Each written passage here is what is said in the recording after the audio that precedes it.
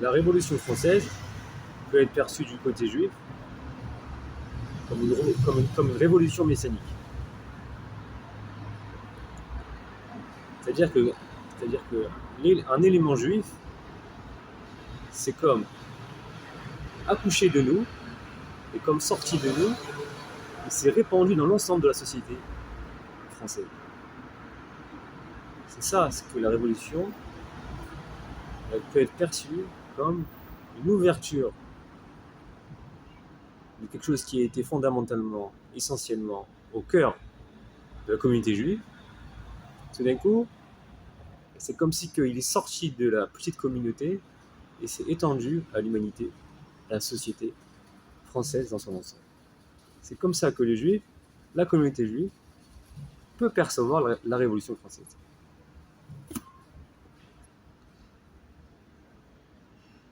Dans la Révolution, il y a deux antagonistes.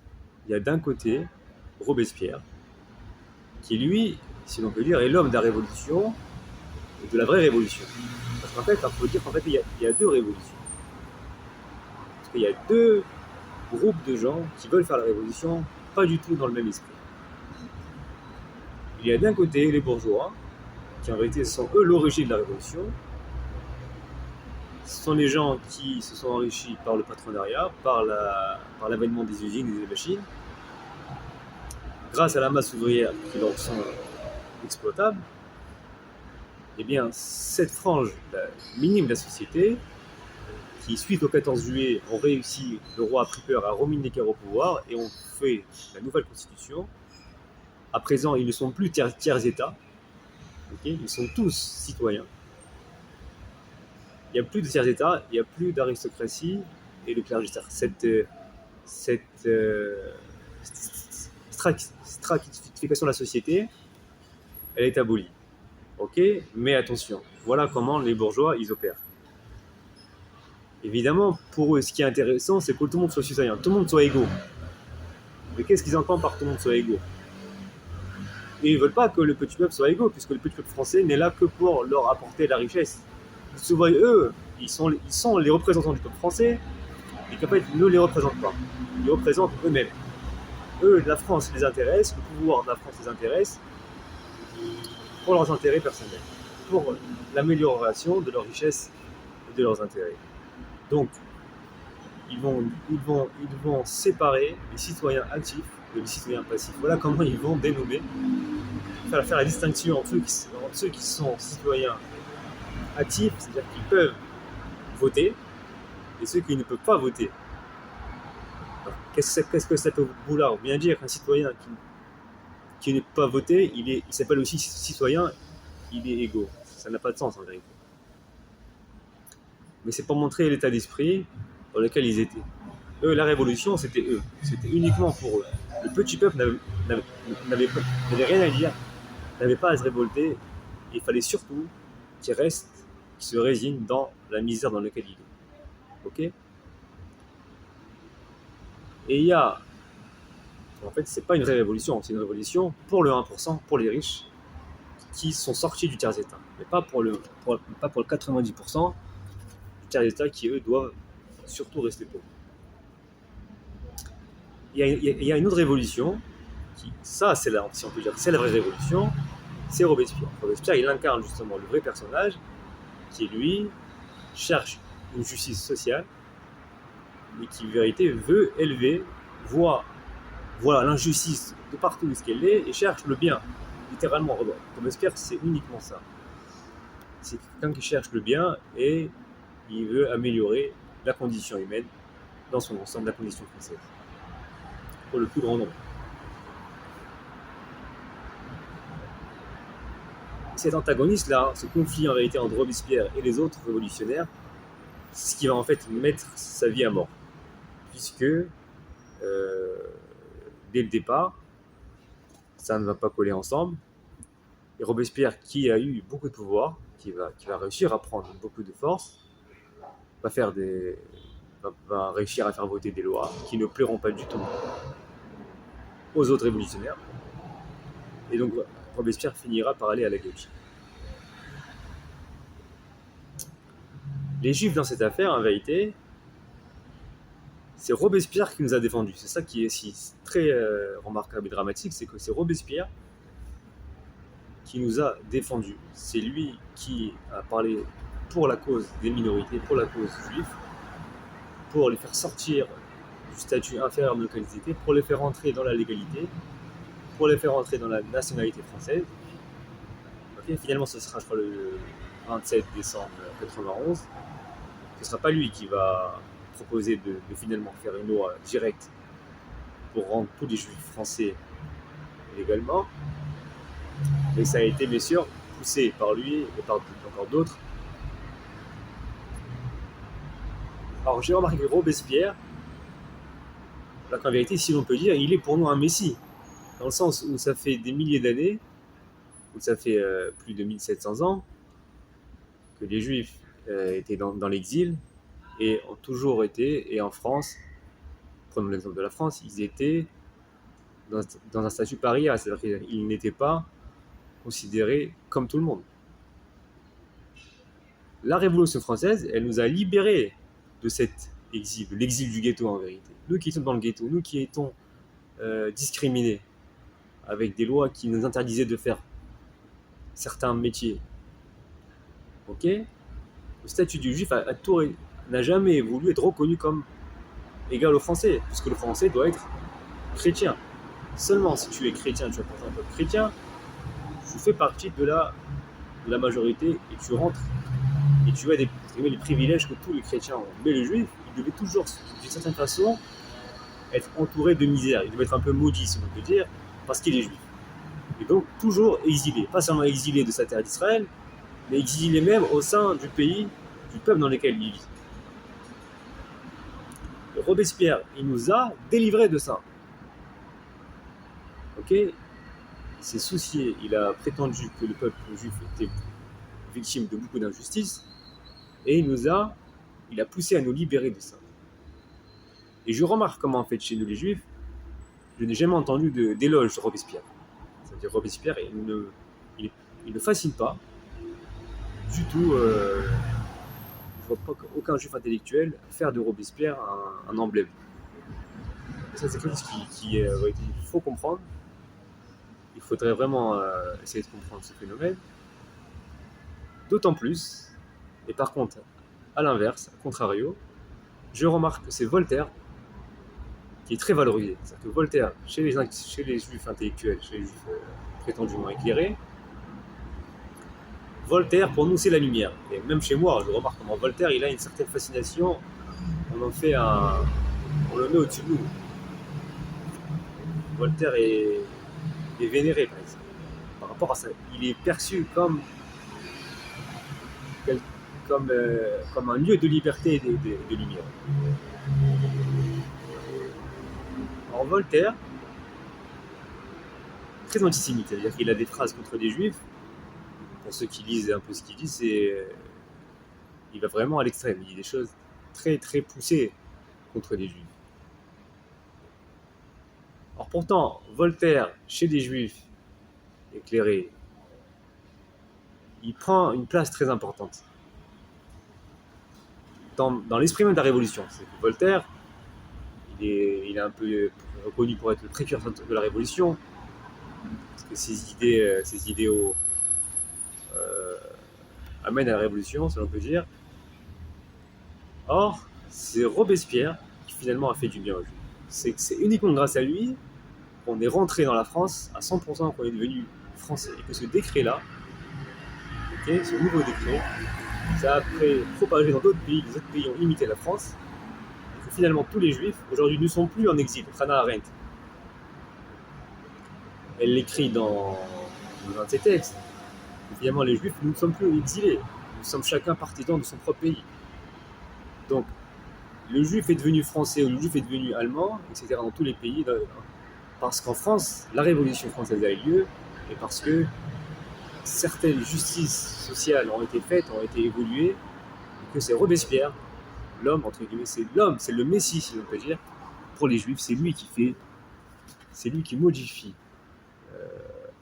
l'ordre social tel qu'il était jusqu'à présent, et il fait rentrer les Juifs dans la légalité. Les Juifs sont devenus français. Les Juifs sortent de l'exil, grâce à Robespierre. Et ça, c'est quelque chose qui est assez phénoménal, extraordinaire, parce que, comme je vous l'ai dit, je vois personne qui reconnaît Robespierre, personne qui comprend, même qui perçoit que c'est lui l'homme qui nous a apporté cette justice.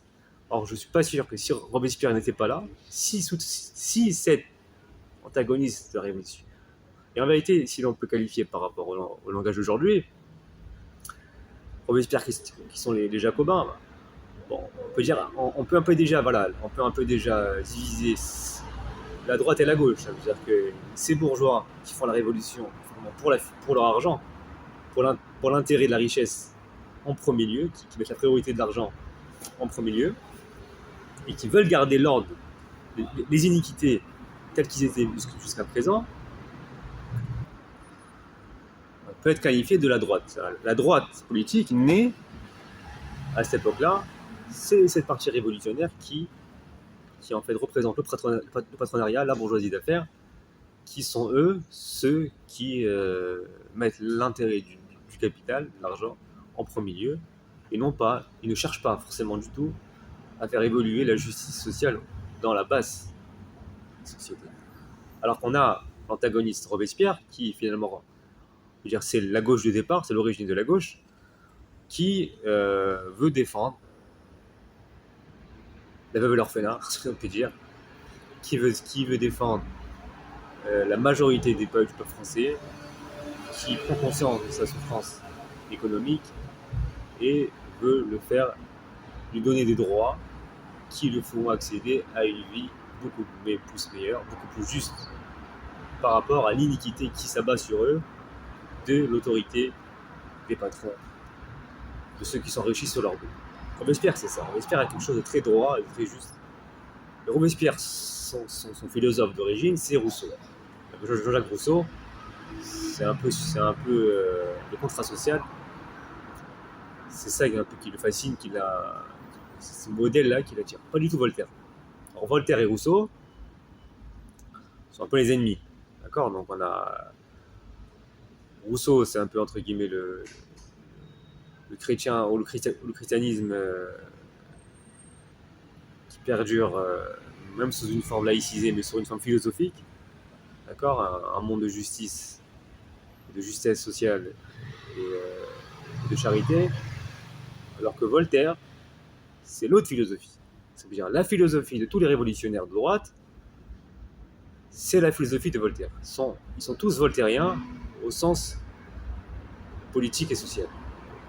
Voltaire a une phrase dans Considération sur la Chine, il a une phrase qui dit comme ça, c'est qu'un pays bien organisé est un pays où le petit nombre fait travailler le grand nombre et nourrit par lui.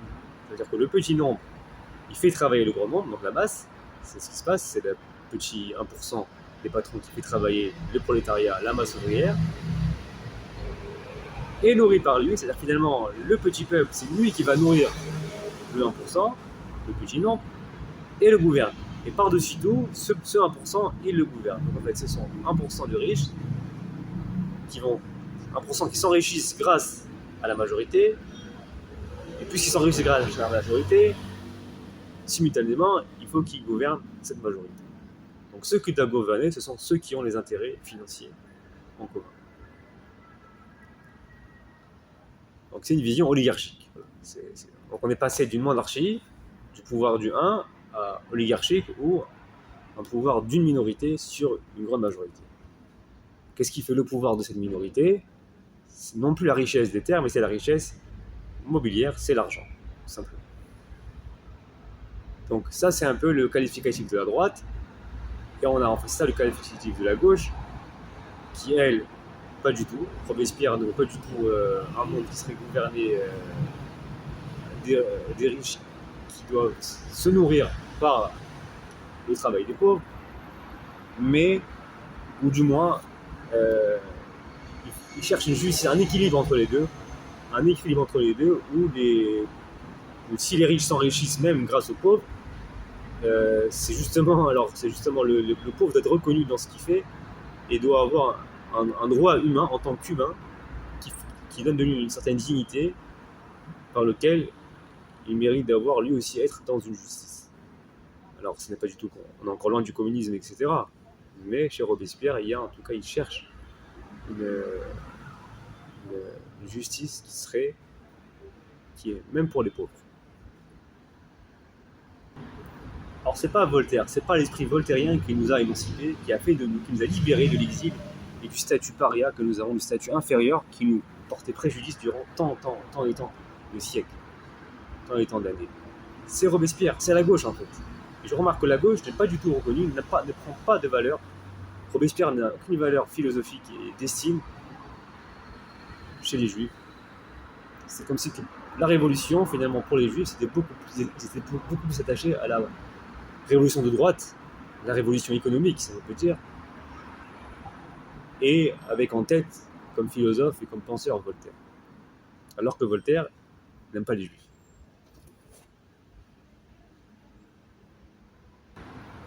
Je crois que si Voltaire il a tellement de fascination, il a tellement d'estime chez les Juifs éclairés, c'est parce qu'en fait, il est d'abord et avant tout anti-chrétien. Voilà ce qui est préférable chez Voltaire. C'est que Voltaire a pour ennemi l'infâme, l'Église. Voltaire a pour projet de tuer l'Église. Et ça plaît beaucoup, je pense, à l'identité juive. Parce que ce qui portait préjudice jusqu'à présent, c'était justement l'Église. C'est-à-dire que l'identité chrétienne, insufflée et donnée aux goïms, aux non-juifs, leur donnait l'identité d'une supériorité légale et légitime, et qui faisait du juif un inférieur par rapport à eux. Voilà, qui mettait le juif en défaut, et ce, pas seulement du point de vue religieux, mais ce point de vue religieux s'étendait jusqu'à même tout le droit civique et civil, qui infériorisait et qui enlevait des droits aux juifs. Le juif ne pouvait pas faire, n'avait pas tous les privilèges, toute la liberté que le chrétien avait. Et ça assurait, cette différenciation entre le juif et le chrétien, ça assurait finalement du point de vue religieux la supériorité de l'identité chrétienne. Finalement, c'est que pour les chrétiens, le peuple élu, ce que les juifs pouvaient se penser eux-mêmes, les chrétiens le pensaient que c'était eux. Le vrai Israël, c'était eux. Les élus, eux, avaient le privilège de l'élection que le peuple juif. Justement parce qu'ils se refusent à cette élection, ils se refusent à croire dans le Dieu Jésus, et ben, ils sont la preuve même, et ben, qu'ils sont maudits, ils sont entourés d'une misère qui ne leur quittera jamais, tant qu'ils resteront dans l'identité judaïque. Voltaire est le premier goy, le premier non-juif qui en vérité a cette haine viscérale du christianisme, qui veut en faire son ennemi juré, qui veut le tuer. Et ça plaît beaucoup, je pense, inconsciemment aux juifs, ça plaît beaucoup. Parce que si l'Église est morte, si l'Église est assassinée, on est enfin libéré d'un pouvoir, d'un joug religieux et idéologique qui s'est propagé dans toute la masse, finalement, qui avait tellement de pouvoir dans la France et dans tous les pays occidentaux, qui finalement crée un anti-judaïsme qui crée que le juif il sera toujours dans une position inférieure au chrétien. Alors le juif, un juif libre, un juif qui vivrait libre, où son monde serait le sien, où il pourrait exister dans ce monde avec toute sa place, c'est un monde où le juif peut se penser qu'il est au-dessus, qu'il peut vivre son identité juive, vivre son identité du peuple, vivre son élection en vérité, vivre le fait qu'il a quelque chose de supérieur par rapport aux non-juifs. Voilà, dire comme ça les choses, je pense que c'est dire les choses clairement. Eh bien, tuer l'Église, pour les Juifs, ça peut aboutir non seulement au fait que le Juif pourra enfin, ça sera terminé de toute cette distinction-là, Juif, non-Juif, okay, il aura accès à tous les privilèges, à tous les droits, à toute la liberté, comme le goy chrétien. Et ce qui n'est pas dit en fait, et ce qui n'est peut-être même pas encore pensé, mais qui va pouvoir arriver un jour, c'est que le juif pourra toujours vivre sa religion, vivre son identité, même pouvoir se penser même supérieur par rapport aux non-juifs, en toute liberté, etc. C'est-à-dire que l'identité juive aura sa place. Tout ça, je pense, c'est inconscient, personne... je pense c'est pas des choses qui sont calculées. Mais voilà pourquoi, sans le savoir, nous aimons Voltaire. Okay, l'athéisme de Voltaire, si on peut dire qu'il est athée, en tout cas, même ses idées athées contre Dieu, ça plaît parce que finalement, ça vient enlever la religion aux non-juifs. Parce qu'en fait, pour nous, seule notre religion, elle a de légitimité, elle est vraie. Donc, la religion chrétienne, pour nous, c'est un judaïsme, mais avec des mensonges qui ont été insérés, et surtout la croyance dans Jésus, c'est pour nous de l'idolâtrie, c'est faux. Voilà. Ça, c'est, même si on va pas le dire, mais c'est comme ça pour nous.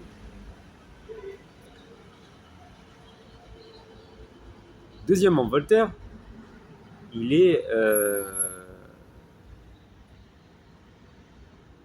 a l'intérêt de l'argent. Voilà, il a exactement le comportement. Il est très capitaliste, ça veut dire que le petit nombre qui vit du grand nombre, voilà, les juifs qui sont déjà dans l'esprit du commerce, pour eux, ce n'est pas étranger. Voltaire donne beaucoup d'importance au commerce, il a justement beaucoup les Anglais à cause de ça. Donc en fait, sa vision de l'économie, sa vision de l'argent, les juifs se sentent à l'aise là-dedans.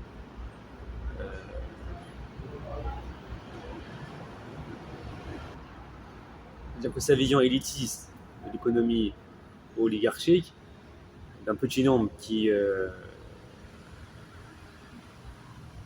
gouverne et qui est nourri par le grand nombre, les juifs, ça ne leur fait pas de mécontentement, puisqu'en fait, même eux, ils ne sont pas étrangers à cet état d'esprit.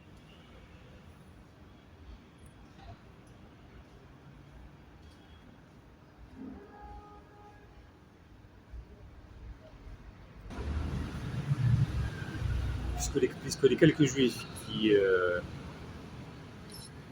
ont accès au monde de l'argent et trouvent le moyen de s'enrichir, ne sont pas défavorables au fait que la masse des non-juifs ils s'enrichissent par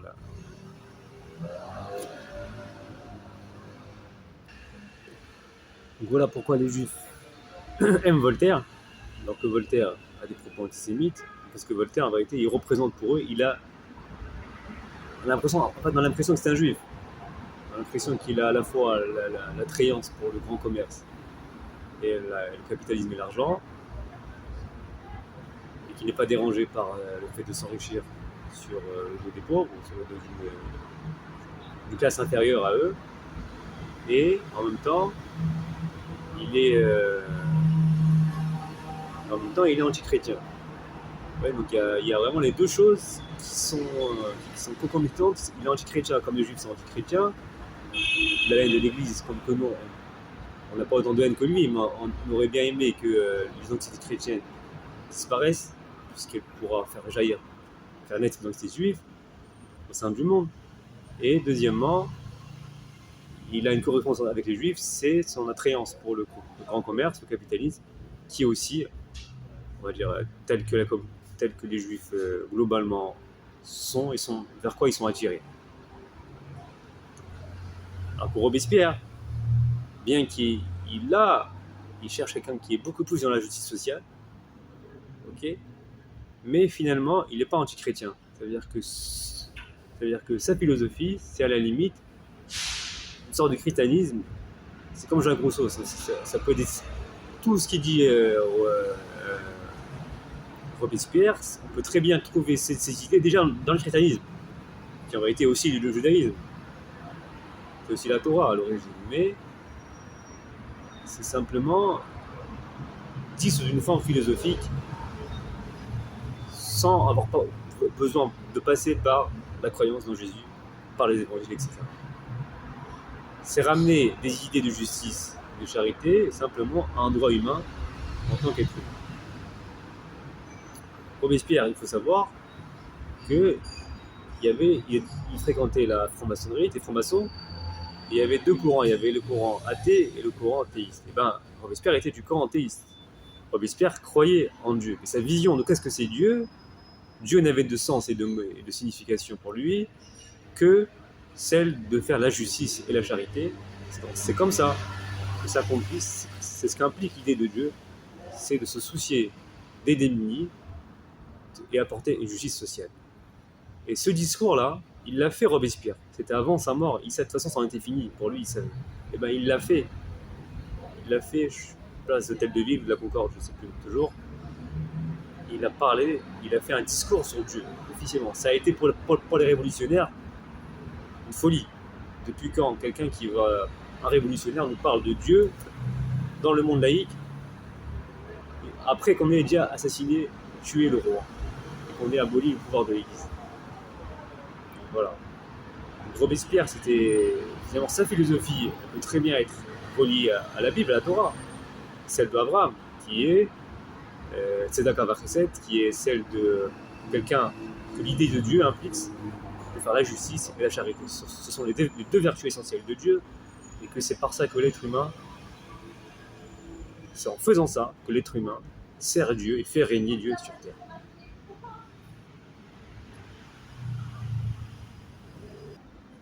Eh bien, Robespierre n'a pas cette fascination au sein de la communauté, je remarque chez les juifs éclairés, à cause de ça. Et souvent, ces juifs-là, parce que ce sont des juifs capitalistes, ce sont des juifs qui sont dans la vision, ils ne veulent pas encore renoncer à cette, même sans qu'ils prennent conscience d'eux-mêmes, à cette idée d'un supérieur, d'un inférieur, de quelqu'un qui en fait s'enrichit, ne peut être riche que parce qu'il y a des gens inférieurs, il y a une masse de gens pauvres qui eux finalement restent pauvres et n'accèdent pas à une justice sociale qui leur fait améliorer leurs conditions. Mais là, il y a quelque chose de très délicat, c'est que ce n'est pas totalement vrai, c'est-à-dire que il y a aussi, c'est ça en fait que je dis que la révolution, elle a quelque chose de messianique. C'est ça le plus important à comprendre.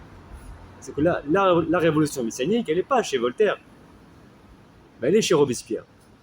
Ça veut dire que c'est Robespierre, c'est ce qui est né en fait dans la révolution, ces droits de l'homme, en tant qu'homme, le fait qu'on ait reconnu une égalité pour tous, bien que au début c'était des mots, mais vers quoi les idéaux de la révolution veulent tendre, et ce vers quoi Robespierre veut tendre, et veut améliorer, et vers quoi le monde, et finalement, aujourd'hui on en est, si on compare aujourd'hui avec il y a 200 ans, ça n'a rien à voir. Finalement aujourd'hui, la condition de quelqu'un, même grâce à Dieu, même là on a la santé, on peut payer, on a la carte vitale, on a beaucoup de privilèges qui sont incroyables. Comment nous, qui sommes même de la classe la plus inférieure, aujourd'hui tout le monde mange, c'est dur de payer un loyer, mais si les prix augmentent, il y a toujours des difficultés. Mais notre condition de vie, elle n'est pas comparable à celle d'un ouvrier de la Révolution. Vous voyez, donc le monde, et le combat politique qui est né de cette révolution, entre la gauche et la droite, les alliances et les compromis que l'un font avec l'autre, finalement ont abouti, donc est né de cette révolution, quelque chose de messianique, quelque chose où les idéaux exprimés au sein du judaïsme, qui est celle en fait de la fraternité des êtres humains, du lien social et du respect de l'amour du prochain, qui était en substance contenu dans le nom de Dieu qui va piquer, et qui en fait tissait le lien social des Juifs, c'est tout d'un coup comme extériorisé au sein même de l'humanité. Donc après la Révolution, le Juif, il peut avoir tout à fait le sentiment qu'il a la communauté intérieure et la communauté extérieure. La communauté intérieure, c'est la communauté originelle de laquelle il vient, dans laquelle il est déjà une mini-humanité à 100%, au maximum, dans toute sa tonalité, avec toutes les règles, toutes les lois et toutes les exigences, l'amour du prochain qui en fait fait le rapport à l'autre de la façon la plus aiguë, okay, l'exigence de la charité et de la justice, la religion même de la charité et de la justice qui en fait de nous une communauté, ce qu'on appelle le Kahal Hashem, la communauté de Dieu, où le nom de Dieu réside avec nous, et c'est en fait c'est ce nom de Dieu, c'est comme si que le lien transcendant, ce qui en fait nous habitait, le lien que nous avons chaque juif avec notre frère juif, comme on dit chaque juif est garant de son frère,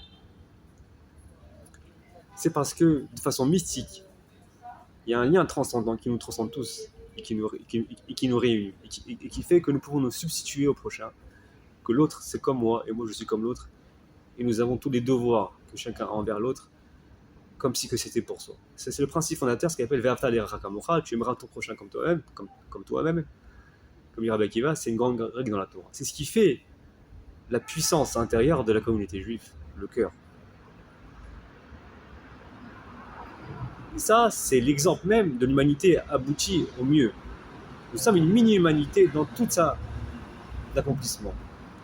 Au plus de ce qu'elle peut atteindre, parce que l'humanité est une humanité où Dieu est impliqué, où Dieu fait l'humanité, où Dieu est avec nous. Et c'est parce que Dieu est avec nous, dans la réalité de façon secrète, que ce qui nous entoure, nous sommes unifiés par lui. Finalement, ce qui règne à l'intérieur de nous-mêmes, qui est notre roi, c'est Dieu. Et puisque nous sommes le siège même où Dieu règne sur nous et dans nous, à travers tous les commandements que l'on accepte, alors se trame secrètement un lien mystique transcendant qui est le nom même de Dieu. Or, ce nom même de Dieu qui en fait est vécu dans nous et qui a fait de nous une mini-humanité, une vraie humanité, telle que Dieu l'entend, et ben on peut avoir l'impression, après la Révolution, de le retrouver dans le monde extérieur. Le monde extérieur est la communauté, le cas à Hachem, mais à une tonalité peut-être plus faible. On sent moins la puissance divine qui en fait, il y a moins cette puissance chaleureuse que l'on a entre nous, mais on retrouve ça à une échelle beaucoup plus grande, et même ça acquiert une qualité supplémentaire, c'est la qualité universelle. Tout d'un coup, ce qui était dans une petite communauté se retrouve dans une réalité universelle.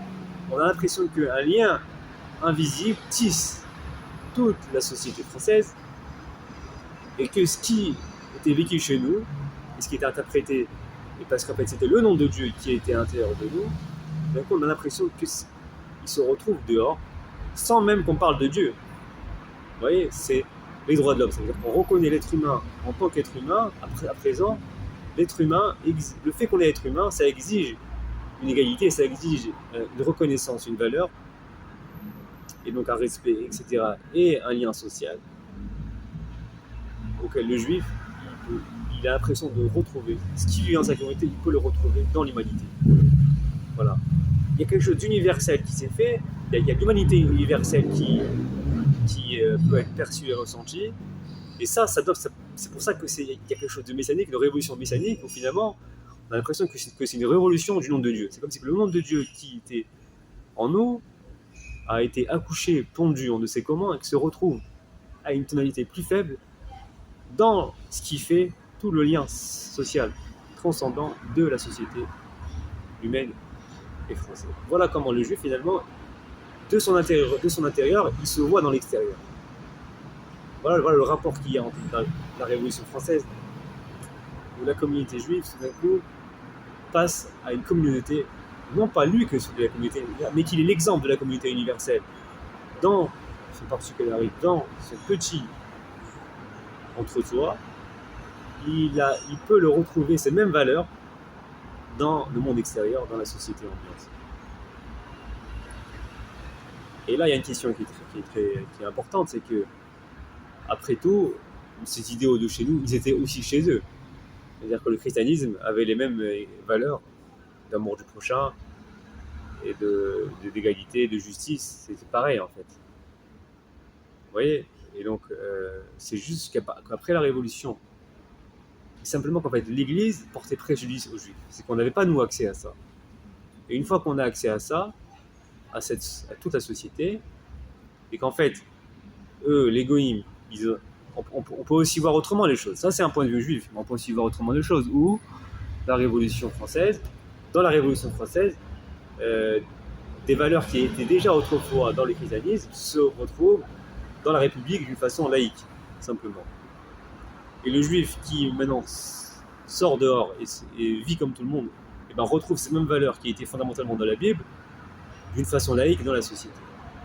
Voilà. Donc il y a finalement une jonction entre judéo-chrétiens, entre les juifs et les chrétiens, mais qui finalement sont les mêmes, parce que les chrétiens et les juifs c'est la même Torah, c'est la Bible, c'est la même base.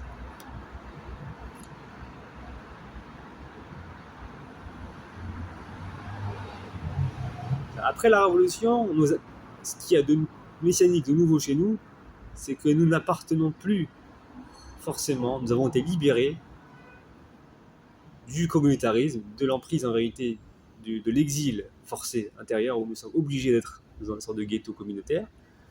Nous rentrons dans l'universel. Et quand on rentre dans l'universel, on a l'impression de voir exactement, de retrouver des mêmes valeurs, des mêmes choses qu'il y avait chez nous. Voilà comment le juif, il peut percevoir à la fois pour soi une messianité dans la révolution, où c'est comme si il est sorti, il a été libéré de son exil ghettoïste, et à la fois, il a l'impression de retrouver finalement la communauté divine, des valeurs de la communauté divine, d'un monde qui vit avec des valeurs de justice et de bien, telles qui a été déjà exigée et écrite au sein du judaïsme au sein de la Bible. Et pourquoi, de plus, et c'est une composante importante de ce que j'ai dit, après la Révolution française, il y a quelque chose de messianique, mais dans le sens de juif, parce que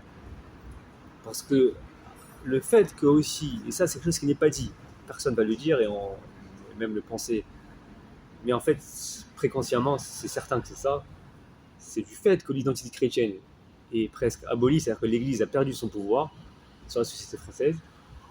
Maintenant, on a une société qui est laïque, d'accord, sans religion. Ben ça plaît beaucoup à nous les Juifs, parce qu'en fait, pour nous, le goy ne doit pas avoir d'autre religion, ne doit pas avoir d'autre religion que la nôtre. Ça veut dire que croire dans Jésus, c'est pour nous d'idolâtrie. Alors, le temps messianique, c'est justement un temps où tous les idoles sont abolies. Finalement, c'est le seul Dieu, seul le vrai Dieu qui va régner. Ok, mais un Dieu sans image, sans intermédiaire, sans incarnation. Voilà. Or, dans le monde goy actuel, il y a quelque chose qui effectivement est de l'ordre messianique, où c'est ce Dieu de la Bible, qui en fait n'a pas de forme, et comme on l'a dit, qui n'a d'exigence et qui n'a de réalité concrète que par l'action du bien, que par l'action de la justice et de la charité, qu'à travers l'amour du prochain. C'est qu'à travers l'amour du prochain que le divin, qui en fait est... En fait, il n'y a pas de forme, puisqu'en fait, le seul lieu, si l'on peut dire, la seule substance divine, en réalité, c'est l'homme. Voilà, c'est dans l'homme, c'est ce qu'on appelle, c'est l'image divine, c'est dans l'homme, et c'est dans le rapport de l'homme avec son prochain que Dieu transcende, Dieu, il tisse notre lien. Et c'est en répondant à l'appel de cette exigence du rapport au prochain,